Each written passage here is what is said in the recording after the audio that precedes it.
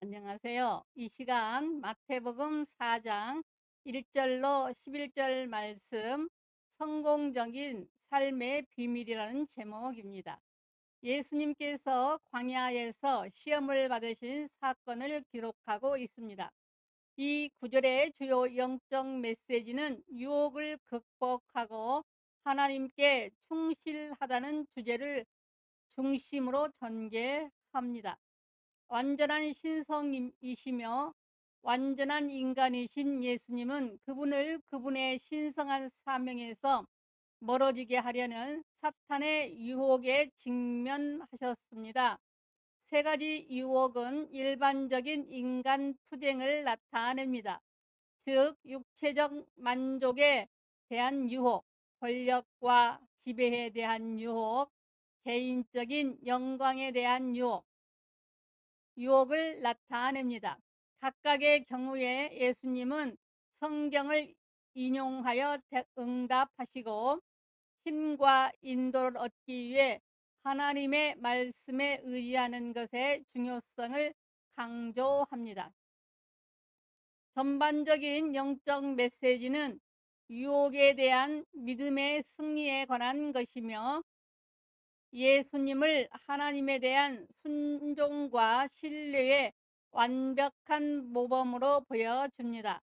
이는 신자들이 하나님의 말씀에 의지하고 하나님의 능력에 의지하여 삶에서 직면할 수 있는 유혹에 저항하도록 격려합니다.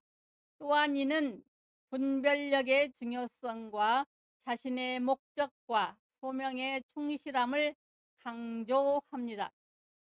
그것이 얼마나 중요했으면 예수님께서 40일을 주야로 금식하셨겠습니까? 이것은 우리가 일평생 기도해야 할 제목입니다.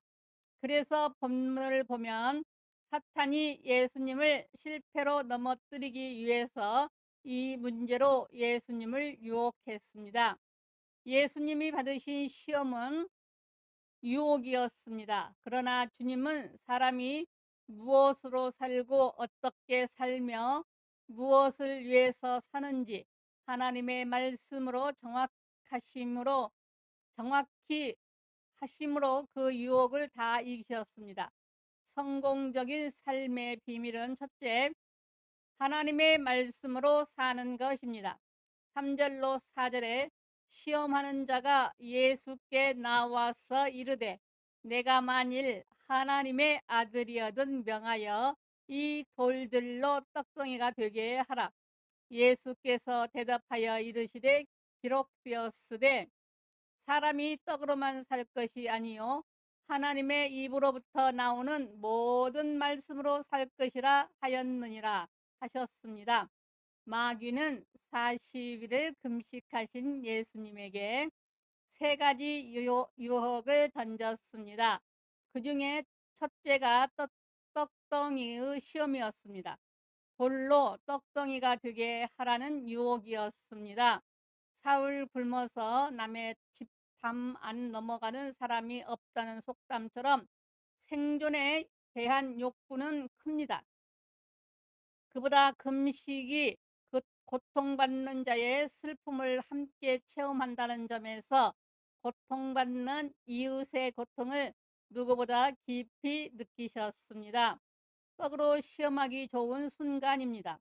그러나 예수님은 사람이 떡으로만 살 것이 아니요 하나님의 입으로부터 나오는 모든 말씀으로 살 것이라는 말씀으로 그 유혹을 물리치셨습니다. 신명기 8장 3절의 인용입니다. 하나님께서 광야 이스라엘을 낮추시고 만나를 먹이신 것은 사람이 떡으로만 사는 것이 아니요 여호와의 입에서 나오는 모든 말씀으로 사는 줄을 알게 하려 하심이었습니다. 이렇게 진짜 믿음 훈련은 광야에서 합니다. 물도 곡식도 풀도 없고 길도 없고 맹수와 독중이 들끓는 사막에서 하나님이 나를 먹이시고 입히시고 지키신다는 믿음 훈련하기 좋은 장소입니다. 믿지 않으면 죽을 수밖에 없기 때문입니다.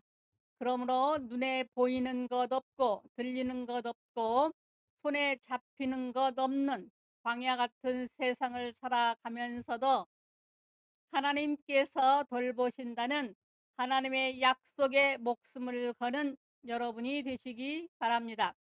예수님도 오병이어의 칠병이어의 기적을 광야에서 하셨고 제자들을 위해서는 더 강도 높게 바다에서 하셨습니다. 칠흑같이 어두운 밤 바다 가운데 광풍을 만난 제자들은 구원해 달라고 아우성을 쳤습니다. 그때 주님은 너희가 어찌하여 믿음이 없느냐고 책망하셨습니다. 믿음의 훈련이었던 것입니다. 땅은 흔들리지는 않지만 바다는 오직 하나님과 그 말씀만 믿게 하는 좋은 훈련장입니다. 그처럼 답답한 순간에도 하나님과 그 말씀만 믿으시기 바랍니다.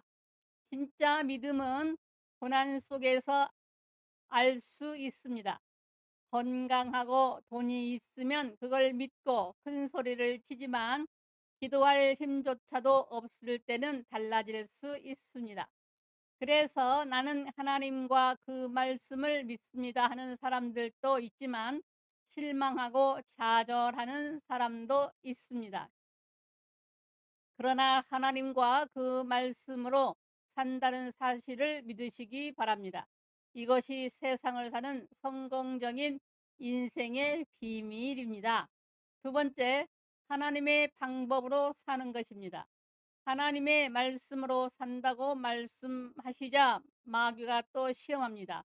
5절로 6절, 이에 마귀가 예수를 거룩한 성으로 데려다가 성전 꼭대기에 세우고 이르시되 내가 만일 하나님의 아들이어든 뛰어내리라 기록되었으되 그가 너를 위하여 그의 사자들을 명하시니 그들이 손으로 너를 받들어 돌이 부딪히지 않게 하리로다 하였느니라. 마귀는 시편 91편 11절로 12절을 인용하여 예수님을 유혹하셨습니다.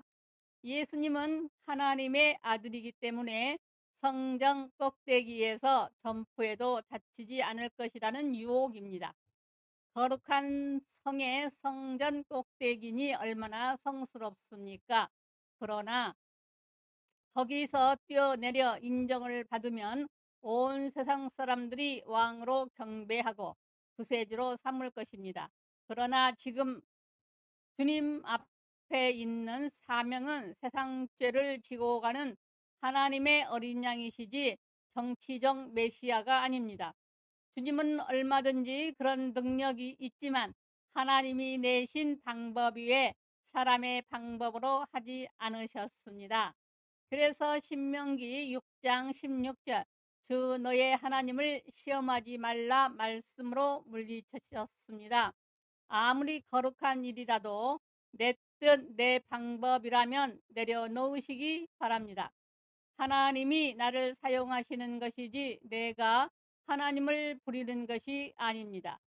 하나님께 쓰임 받으려는 자세로 늘 기도할 때 하나님께서 우리를 통해서 큰 일을 하시지 내가 능력받아서 내가 큰 역사를 이루려고 하면 그것은 하나님을 사용하고 부리려는 잘못된 생각입니다.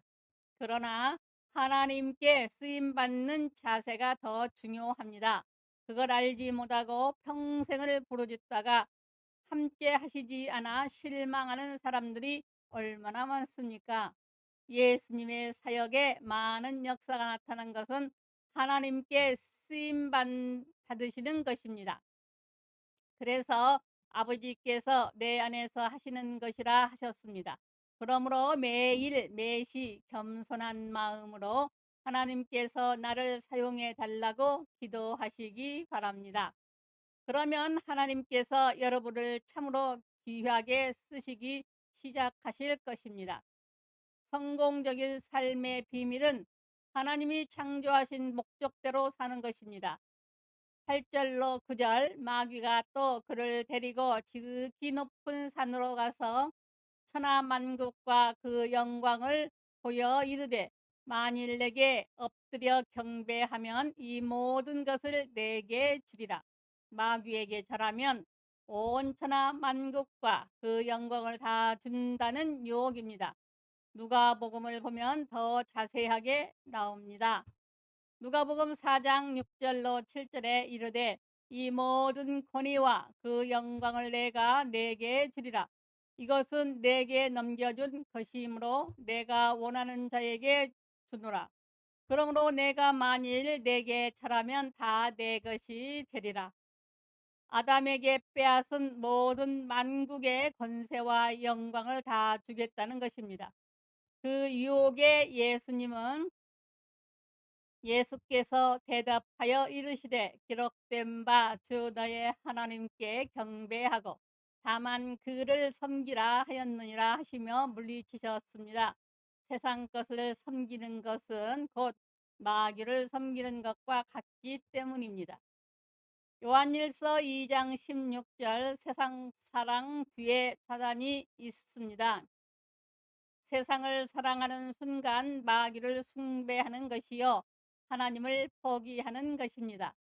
그래서 탐욕은 우상 숭배입니다. 죄를 버리시기 바랍니다. 그래야 형통이 옵니다. 탐한다고 되지 않습니다. 도리어 자유해야 얻어집니다. 그래서 잠언 23장 5절에 내가 어찌 허무한 것에 주목하겠느냐 정령이 재물은 스스로 날개를 내어 하늘을 나는 독수리처럼 날아가리라 했습니다. 반면 하나님의 비전을 발견하여 이것을 통해서 봉사해야겠다는 마음을 가지면 길이 열립니다. 삶의 목적이 분명해야 합니다. 그래서 이사야 43장 7절에 내 이름으로 불려지는 모든 자, 곧 내가 내 영광을 위하여 창조한 자를 오게 하라. 그를 내가 지었고 그를 내가 만들었느니라 하셨고 이사야 43장 21절에도 이 백성은 내가 나를 위하여 지었나니 나를 찬송을 부르게 하려 함이니라. 예배소서 1장 6절에도 은혜의 영광을 찬미하게 하기 위하여 짐을 받았다고 기록되어 있습니다. 하나님께서 인간을 기계가 아닌 자유의지를 가진 완전한 창조물로 만드신 것도 온전한 영광 받으시기 위함입니다. 그래서 고린도전서 10장 31절에 그런즉 너희가 먹든지 마시든지 무엇을 하든지 다 하나님의 영광을 위하여 하라 하셨습니다. 나를 위해서 살면 성공해도 실패요. 이 인생의 목적에 맞게 살면 그것이 성공이고 형통입니다. 사랑하는 성도 여러분, 예수님이 사탄의 3가지 유혹을 모두 물리치신 후에 결론이 나옵니다. 이 구절의 영적인 결론은 유혹에 대한 예수님의 승리와 그분의 신성한 정체성과 목적에 대한 확증을 강조합니다. 유혹을 물리치고 나면 사단은 떠나고 천사들은 예수를 섬기러 옵니다. 영적으로 시련과 유혹에 직면하더라도 하나님께 대한 믿음과 순종을 확고히 유지하는 것의 중요성을 강조합니다. 예수님은 신자들이 따라야 할 모델이시며 하나님의 말씀을 의지하고 유혹에 타협하기를 거부하면 영적인 승리를 거둘 수 있음을 보여주셨습니다. 예수를 섬기는 천사들은 또한 하나님의 뜻에 충실한 사람에게 제공되는 하나님의 보살핌과 지원을 강조합니다. 우리 모두 예수님처럼 하나님과 그 말씀을 믿고 하나님이 내신 방법으로 하나님의 영광을 위한 목적으로 살아서 예수님처럼 온전히 성공하고 승리하는 복된 인생의 성공자들이 되시기 바랍니다. 감사합니다. 우리 주 예수 그리스도의 이름으로 사랑하고 축복합니다.